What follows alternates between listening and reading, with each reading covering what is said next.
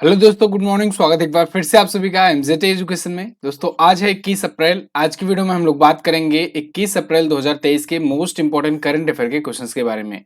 पूरी वीडियो ध्यान से देखिएगा। पूरी वीडियो डिटेल में आपको बताई गई है, समझाई गई है। अगर वीडियो पसंद आए तो वीडियो को लाइक और शेयर जरूर करना। चैनल पर नए आए हो चैनल को सब्सक्राइब करके बेल आइकन को जरूर प्रेस करना। कल का क्विकली रिवीजन करेंगे। विश्व लीवर दिवस दोस्तों 19 अप्रैल को मनाया जाता है और अभी तमिलनाडु के कुंभम अंगूर को भी जीआई टैग दिया गया है। कर्नाटक बैंक के अंतरिम सीईओ बना दिए गए हैं शेखर राव। और भारत सरकार ने स्वच्छ गंगा मिशन के लिए अभी हाल ही में 638 करोड़ रुपए की 8 परियोजनाओं को मंजूरी दी है। मणिपुर के मुख्यमंत्री हैं, उन्होंने 5वें हुन थैडो सांस्कृतिक उत्सव का उद्घाटन किया है। और उड़ीसा में मैग्रेव पिट्टा पक्षी पाए गए हैं, जिन्हें आईयूसीएन द्वारा निकट खतरे से जुड़ा हुआ घोषित किया जा चुका है। Wisden cricketer of the year की लिस्ट में हरमनप्रीत कौर और साथ ही साथ सूर्य कुमार यादव शामिल किए गए हैं। सूर्य कुमार यादव भारतीय पुरुष टीम के जो कि खिलाड़ी हैं, ये शामिल किए गए हैं, जिनमें हरमनप्रीत कौर ये शामिल होने वाली पहली भारतीय महिला बनी है। सीमांत ग्रामीण महिलाओं को स्वास्थ्य सहायता समूह स्वयं सहायता समूह से जोड़ने के लिए संगठन से समृद्धि नामक योजना शुरू की गई है केंद्र सरकार के द्वारा। पुरुषों की हॉकी एशियन चैंपियनशिप की मेजबानी भारत पहली बार करने जा रहा है। चेन्नई में इसकी मेजबानी की जाएगी। एंजेला मार्केल को जर्मनी का सर्वोच्च नागरिक सम्मान से सम्मानित किया गया है। एंजेला मार्केल ये जर्मनी की पूर्व चांसलर रह चुके हैं। तो ये तो थे टॉप 10 करंट अफेयर के क्वेश्चंस कल की वीडियो से, जिनका आपने किया क्विकली रिवीजन। अब आज की करंट अफेयर। पहला क्वेश्चन है, संयुक्त राष्ट्र की रिपोर्ट के अनुसार दुनिया की सबसे अधिक आबादी वाला देश कौन बना? तो दोस्तों वो बन गया है भारत। संयुक्त राष्ट्र की रिपोर्ट के अनुसार ये डाटा दिया गया है कि अब आज के टाइम पर भारत चाइना को पीछे छोड़ चुका है सबसे ज्यादा आबादी के मामले में, और चाइना आ गया है सेकंड पोजीशन पर। तो दुनिया में सबसे ज्यादा पॉपुलेशन भारत में अब से आप कहेंगे। लेकिन ध्यान रहे, अभी देखो इंडिया का सेंसस रिपोर्ट नहीं आया है, इंडिया की जनगणना नहीं हुई है अभी भारत सरकार के द्वारा। ये यूएन की रिपोर्ट है। यूनाइटेड नेशन ने जो प्रेडिक्ट किया है उसके अनुसार बताया गया है कि भारत का जो पॉपुलेशन है वो 142.86 करोड़ पहुंच गया है। और चीन में वर्तमान जनसंख्या 142.57 करोड़ है। ठीक है, इस प्रकार से पूरी दुनिया की आबादी इसने बताई है यूएन ने कि मध्य इस 2023 के मिड तक 8 अरब से ज्यादा हो जाएगी, और अभी 8 अरब पहुंच भी गई है। तो 8.045 अरब होगी दुनिया की आबादी इसी साल में मिड में। ठीक है, मतलब आप समझ लो कि अभी अप्रैल चल रहा है, मई जून के आसपास में 8.045 अरब तक दुनिया की जनसंख्या होगी। भारत इसमें सबसे ज्यादा आबादी वाला देश होगा। जनसंख्या की दृष्टि से, क्षेत्रफल की दृष्टि से भारत उतना ही रहेगा, क्योंकि 7वें स्थान पर है। ये क्षेत्र तो बड़ा नहीं है। दुनिया का 7वां सबसे बड़ा देश क्षेत्रफल की दृष्टि से है और जनसंख्या की दृष्टि से सबसे बड़ा देश। क्लियर। 11 जुलाई याद रखना, ये भी इंपॉर्टेंट डे है। विश्व जनसंख्या दिवस मनाया जाता है। विश्व जनसंख्या दिवस मनाया जाता है। बात करें अगर जनगणना की, तो जनगणना के बारे में कुछ मोटा मोटा पॉइंट आप जान लो। जैसे सबसे पहले भारत में जनगणना कब हुई थी? 1872 में हुई थी, लॉर्ड मेयो के काल में, लॉर्ड मेयो के टाइम पर हुई थी। इसके बाद जो दूसरी वाली जनगणना हुई वो 1881 हुई। फिर 1881 के बाद से ना 10-10 साल पर होना शुरू हो गया था। तो 1881, फिर 1891, फिर उसके बाद फिर 1901, ऐसे ऐसे करके 10-10 साल पर होती रही। उसके बाद लास्ट वाली जो जनगणना हुई वो 2011 में हुई। लेकिन इसके बाद 2021 में होनी थी 10 साल बाद, लेकिन ड्यू टू कोविड-19 ये हो नहीं पाई, और आज तक भारत ने अभी नई वाली जनगणना जारी नहीं की है। ठीक है, तो 2021 हुआ, 2022 भी था और 2023 देखो आधा आ गया, लेकिन अभी तक ये वाली जनगणना भारत सरकार के द्वारा जारी नहीं की गई है। ये बात आप ध्यान रखेंगे। अभी हम लोग जो भी डाटा देखते हैं 2011 की जनगणना के अनुसार देखते हैं कि किस राज्य में कितनी पॉपुलेशन है, सबसे ज्यादा घनत्व वाला कौन सा राज्य है, जनसंख्या घनत्व वाला, कम जनसंख्या घनत्व, साक्षरता कितनी है, वगैरह वगैरह। तो बहुत सारे डाटा है जो हम लोग अभी 2011 पर देखते हुए डिपेंडेंट है। ठीक है, आगे देखते हैं। दुनिया के टॉप 10 सबसे धनी शहरों की सूची में शीर्ष पर कौन है?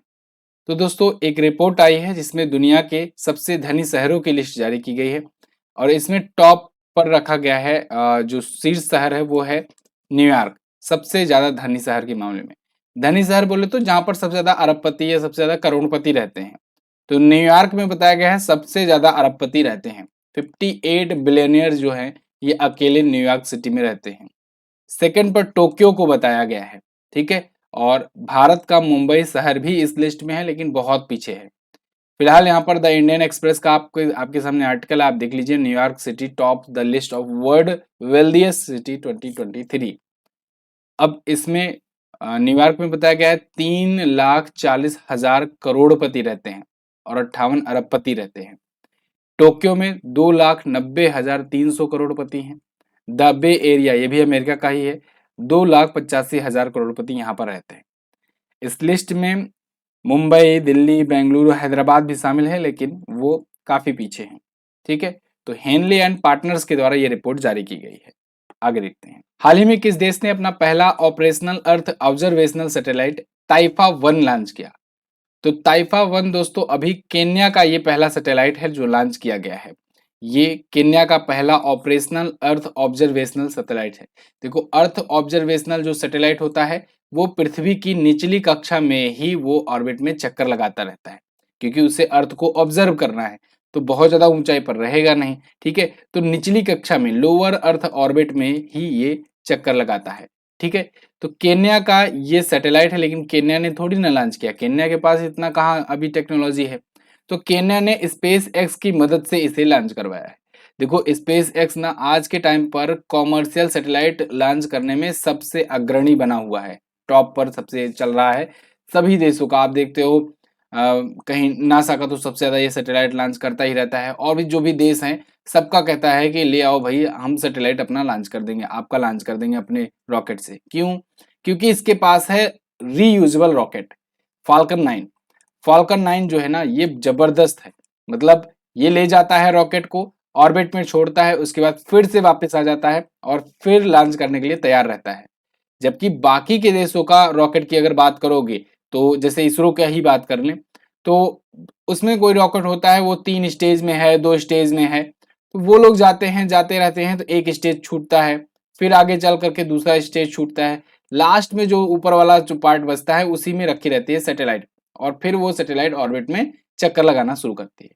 इस प्रकार से वो सिर्फ वन वे रहता है, मतलब कि एक ही बार में वो लॉन्च किया जा सकता है रॉकेट की मदद से। लेकिन यहाँ तो भाई रीयूजेबल है, तो इसी वजह से इसका कॉस्ट बहुत कम रहता है फाल्कन 9 का, और यही वजह है कि ये डोमिनेट कर रहा है इस सेक्टर को। लेकिन इसरो ने भी अभी हाल ही में LEX के नाम से अपना रीयूजेबल लॉन्च व्हीकल का परीक्षण किया है।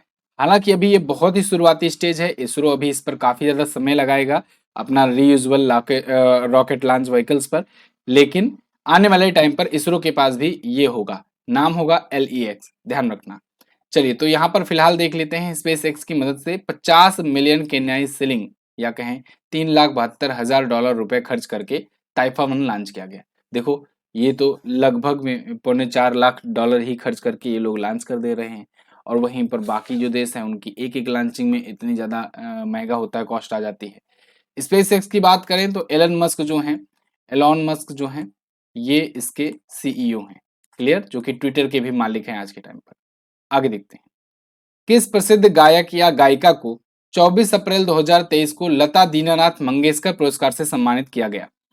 तो दोस्तों 24 अप्रैल को सम्मानित किया जाएगा आशा भोसले जी को लता दीनानाथ मंगेशकर पुरस्कार से।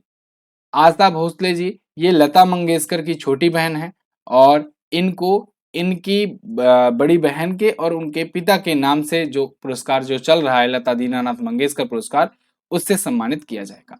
ठीक है, देखिए यहाँ पर आर्टिकल है आपके सामने, आशा भोसले टू रिसीव लता दीनानाथ मंगेशकर पुरस्कार नेक्स्ट वीक। ये 24 अप्रैल का डेट क्यों चुना गया है? क्योंकि 24 अप्रैल को दोस्तों इनके पिताजी की पुण्यतिथि होती है, और इनके पिता की पुण्यतिथि पर इनको सम्मानित किया जाएगा, ठीक है, लता दीनानाथ मंगेशकर पुरस्कार से। आशा भोसले जी को बहुत सारे सम्मान मिल चुके हैं, ये भी बहुत ही फेमस गायिका हैं। इनको दादा साहब फाल्के पुरस्कार, जो कि सिनेमा के क्षेत्र का भारत का सबसे बड़ा पुरस्कार होता है, वो मिल चुका है सन 2000 में।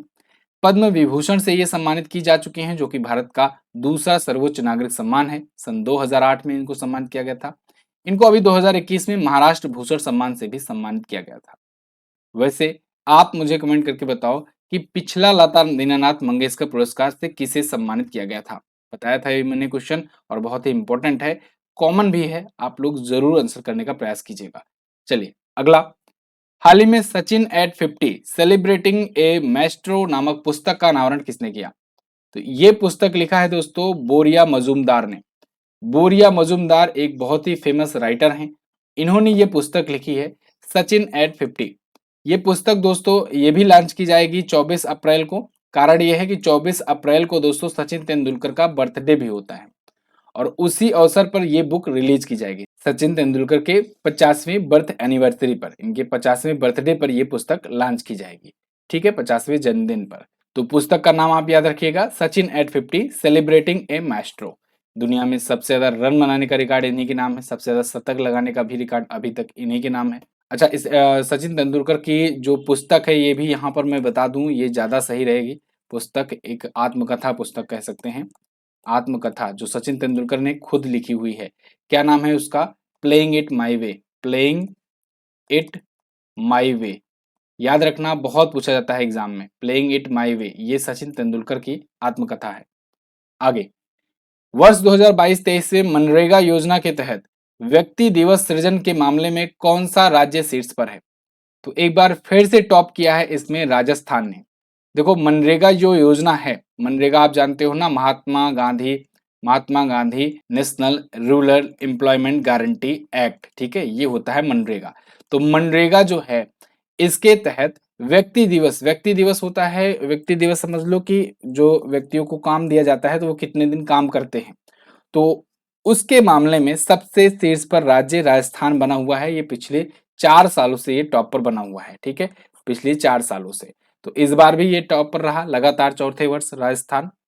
इस योजना के तहत राजस्थान ने 10,175 करोड़ रुपए की कुल लागत पर 35.61 करोड़ व्यक्ति दिवस उत्पन्न किए हैं।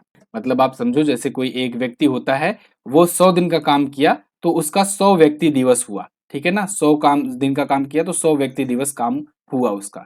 ऐसे से 35.61 करोड़ व्यक्ति दिवस इसने उत्पन्न किए हैं। अच्छा, अभी सीएचएसएल का जब मैं प्रीवियस ईयर क्वेश्चंस पढ़ा रहा था तो उसमें एक क्वेश्चन आया था कि मनरेगा के तहत प्रतिदिन का अभी जो वेजेस मिलता है वो कितना मिलता है? तो याद रखना 201 रुपए के आसपास में अभी मिलता है, ठीक है ना, प्रतिदिन का। ये एक दिन का काम का 201 दशमलव समथिंग रुपए मिलता है। राजस्थान यहाँ पर देखिए टॉप पर है, सेकंड पर तमिलनाडु है, थर्ड पर है उत्तर प्रदेश। आगे देखते हैं, राजस्थान के बारे में बात करते हैं। राजस्थान की राजधानी जयपुर होती है, पिंक सिटी। राजस्थान के जो सीएम हैं अशोक गहलोत जी हैं, इंडियन नेशनल कांग्रेस पार्टी से, और गवर्नर यहाँ के कलराज मिश्रा जी हैं। यहाँ पर झीलों की बात करें तो पुष्कर झील है, राजसमंद है, जयसमंद है, पिछौला सागर है, फतेह सागर है, सरिस्का नेशनल पार्क है, रणथंभौर नेशनल पार्क है, केवला देवगाना पक्षी विहार है।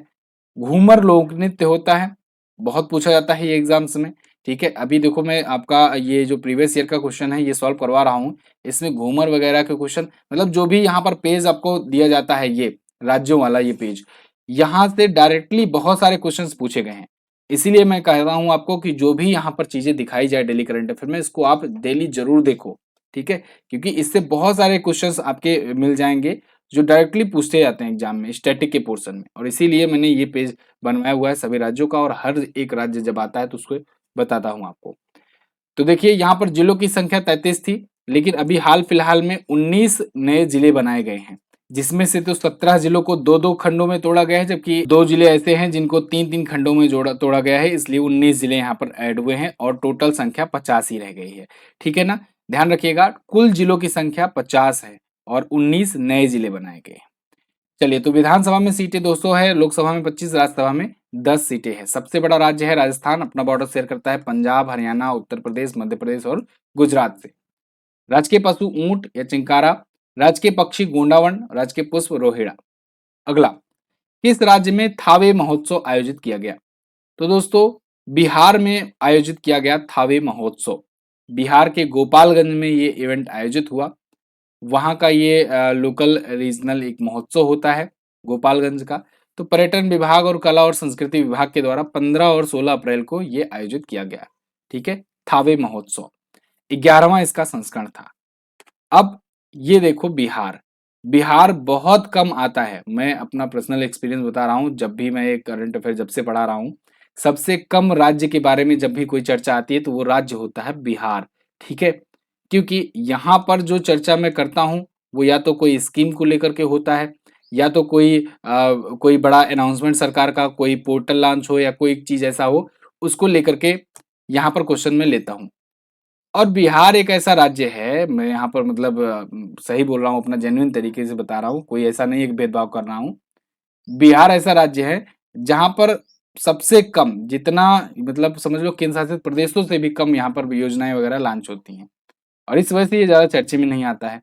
और ये पेज बहुत ही कम इसीलिए आपको देखने को मिलेगा, तो बड़ा ध्यान से आप देखिएगा पेज, एक-एक चीज़ मैं आपको बताने वाला हूँ। देखिए, उत्तर प्रदेश से, झारखंड से और पश्चिम बंगाल से बॉर्डर शेयर करता है बिहार। बिहार से ही झारखंड अलग हुआ था। कब अलग हुआ था? ये अलग हुआ था दोस्तों 15 नवंबर को। 15 नवंबर सन 2000 को अलग हुआ था, ठीक है ना? झारखंड नया राज्य बना था, 28वां राज्य। झीलों की बात करें तो गोगाबिल झील है, सिमरी बख्तियारपुर झील है, जगतपुर झील है। वाल्मीकि नेशनल पार्क, ये पूछा जाता है एग्जाम में क्वेश्चन, इसको याद रखिएगा। भीम बंधु अभ्यारण्य, राजगीर अभ्यारण्य, कैमूर अभ्यारण्य यहाँ पर है। जाट जटिन डांस, ये बहुत पूछा जाता है। जटिन डांस जो है बिहार का, बहुत पूछा गया है एग्जाम में। झुमरी डांस भी होता है। नीतीश कुमार यहाँ के सीएम हैं। राजेंद्र विश्वनाथ अर्लेकर यहाँ के करंट टाइम पर गवर्नर हैं। और जिलों की संख्या 38 है। वैसे नीतीश कुमार 8 बार के सीएम हैं, 8 बार के सीएम हैं यहाँ पे, ठीक है ना? और पता नहीं क्या जादू करते हैं कि लोग बार बार इनको सीएम बनाते हैं। लोग क्या, मतलब कि राजनीतिक पार्टियां मिलकर के सीएम बनाती हैं इनको। लेकिन वही बात है कि योजना वगैरह नहीं लॉन्च होती यहाँ पर। राजकीय पशु है बैल, राजकीय पक्षी है गौरैया, राजकीय पुष्प है गेंदा। विधानसभा में 243 सीटें, लोकसभा में 40, राज्यसभा में 16 सीटें हैं। और जिलों की संख्या 38 है यहाँ पर। आगे बढ़ जाते हैं। हाल ही में किस केंद्रीय मंत्री ने एक नया ऑनलाइन प्लेटफॉर्म और मोबाइल ऐप साथी लॉन्च किया? तो साथी को लॉन्च किया है केंद्रीय कृषि मंत्री नरेंद्र सिंह तोमर ने। नरेंद्र सिंह तोमर जी के द्वारा ये साथी पोर्टल लॉन्च किया गया है, जो कि एग्रीकल्चर सेक्टर में एक रिवोल्यूशनरी साबित होने की बात करी जा रही है। साथी का फुल फॉर्म होता है seed traceability authentication and holistic inventory. तो देखो, सीड की ट्रेसिबिलिटी मतलब उसको ट्रेस किया जा सके, साथ ही साथ ऑथेंटिकेट किया जा सके कि कितना सही है, कितना ज़्यादा उपयोग वाला है, कितना गुणवत्ता वाला है, और कितना ज़्यादा इससे प्रोडक्शन किया जा सकता है। इन सब के लिए ये साथी पोर्टल होगा, इन सब की जानकारी इस पर दी जाएगी। तो केंद्रीय कृषि मंत्री नरेंद्र सिंह तोमर जी के द्वारा ये लॉन्च किया गया है। आगे, हाल ही में 127वें बोस्टन मैराथन में पहला स्थान किसने प्राप्त किया? तो दुनिया की सबसे पुरानी जो मैराथन रेसेज हैं, उनमें से एक है बोस्टन मैराथन। उस बोस्टन मैराथन का 127वां संस्करण था, और इसमें पहला स्थान एवांस चैबेट ने प्राप्त किया। ये केन्या के रहने वाले हैं, केन्या के एवांस चैबोट। इन्होंने पुरुषों में 127वीं ये जो मैराथन है, इसमें टॉप पोजीशन हासिल की। इन्होंने 2 घंटे 5 मिनट और 54 सेकंड में ये मैराथन कंप्लीट की है।